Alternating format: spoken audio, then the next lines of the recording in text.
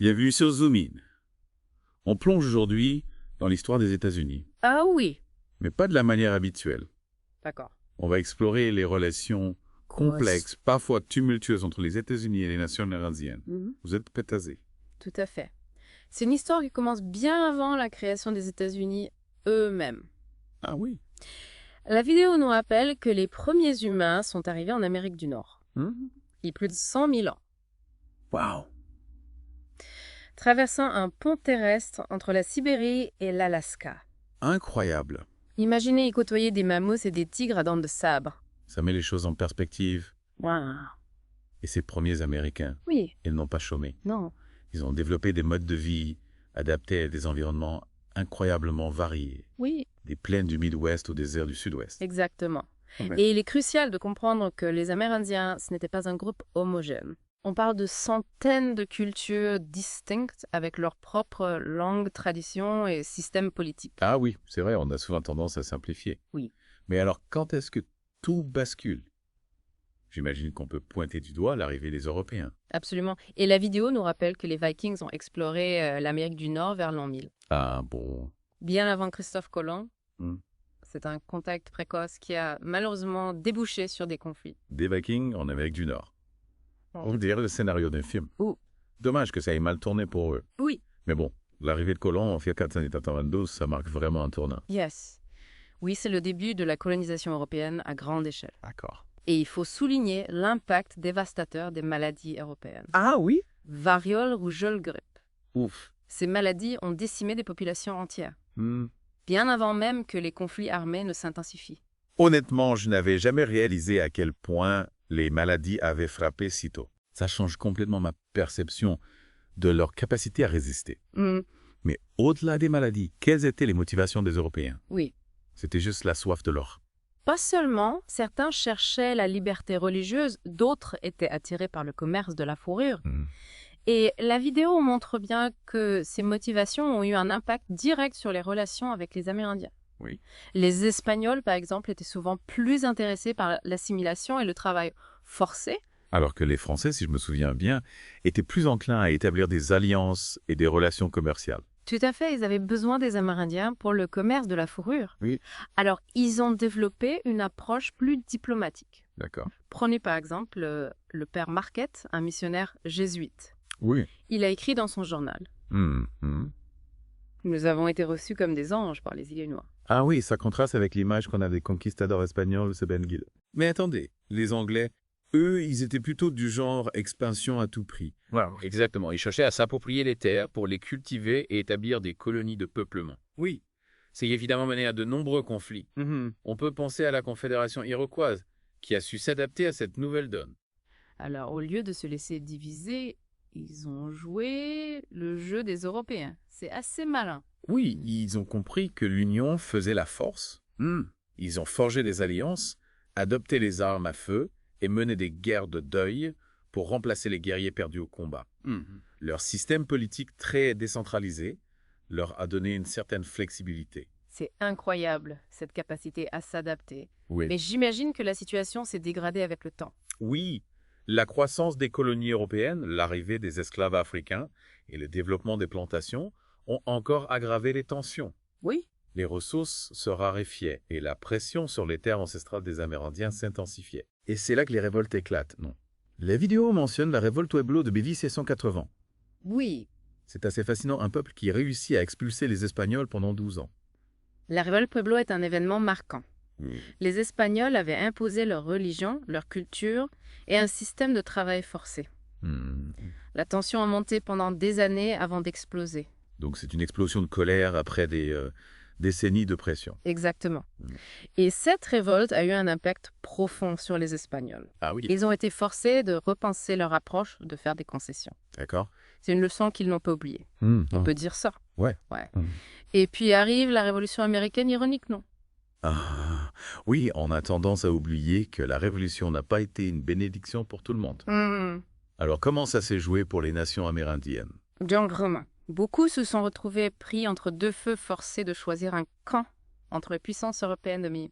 Et la création des États-Unis n'a fait qu'aggraver leur situation.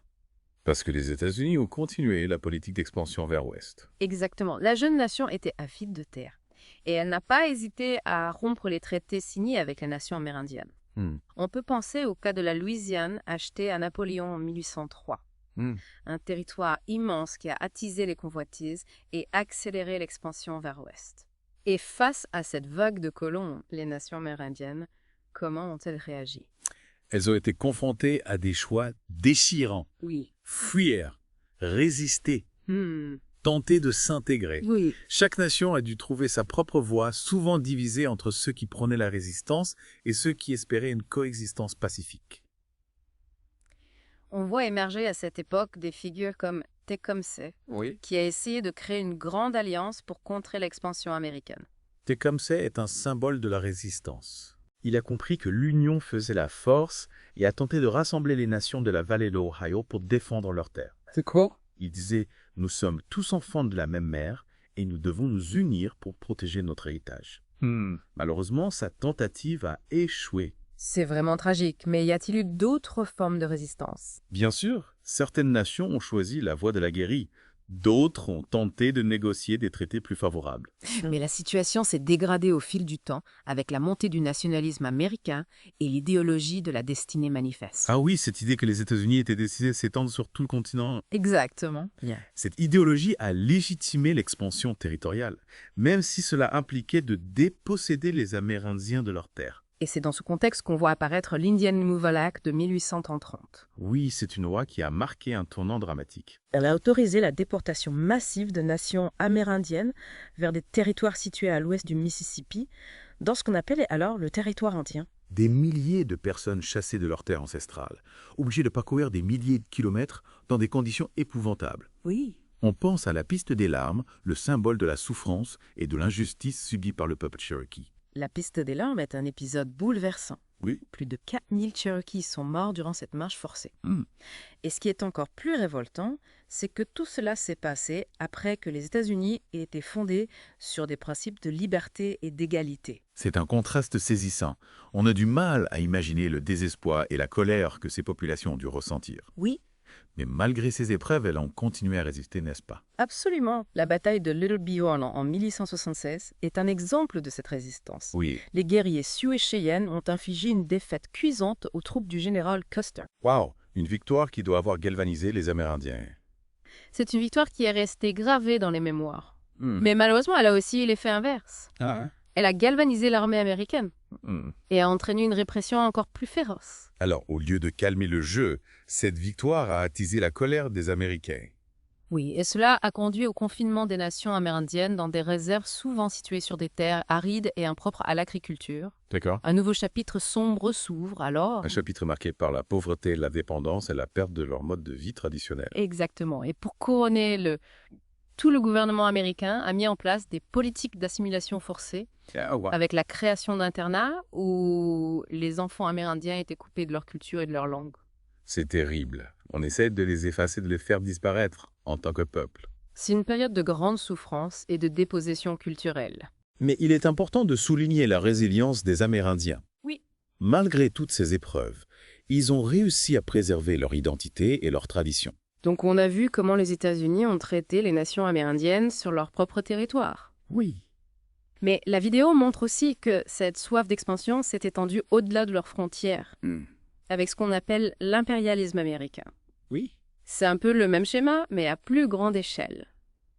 Oui, on peut bien dire sûr. ça, à la fin du 19e siècle, les États-Unis s'affirment comme une puissance mondiale. Leurs intérêts économiques et politiques s'étendent à tout le continent américain, et même au-delà. Oui. On pense à l'intervention à Cuba, à l'annexion d'Hawaï, à la construction du canal de Panama. Et cette expansion, elle s'accompagne souvent d'ingérences dans les affaires des autres pays, non? Oui. Des interventions militaires, des coups d'État soutenus par la CIA. Exactement. Les États-Unis veulent imposer leur modèle, leur vision du monde. Et ça crée des tensions, des conflits. On pense à la guerre froide, à la guerre du Vietnam.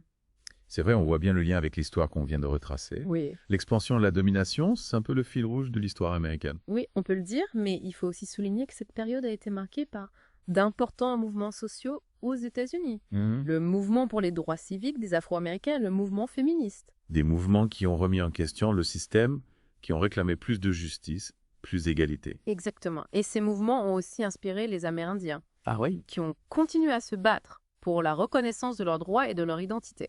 Donc, même dans les moments les plus sombres, il y a toujours eu cette flamme de résistance, cette volonté de ne pas se laisser effacer.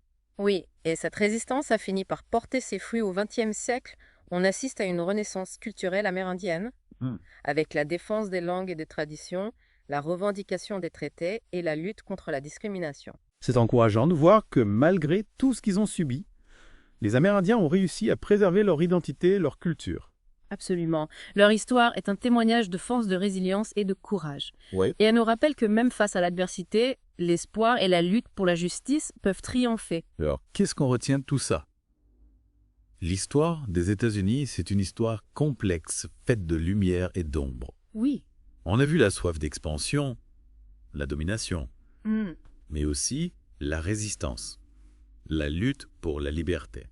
Et c'est une histoire qui nous concerne tous. Oui. Elle nous invite à réfléchir sur le passé, à comprendre les erreurs qui ont été commises et à construire un avenir plus juste, plus respectueux de toutes les cultures et de tous les peuples. Merci de nous avoir accompagnés dans cette exploration. Merci. On espère qu'elle vous aura donné envie d'en savoir plus sur cette histoire, Oui. passionnante et complexe. Et n'oubliez pas que l'histoire n'est jamais figée. Elle continue de s'écrire chaque jour et c'est à nous tous de contribuer à un avenir meilleur. À bientôt pour une nouvelle découverte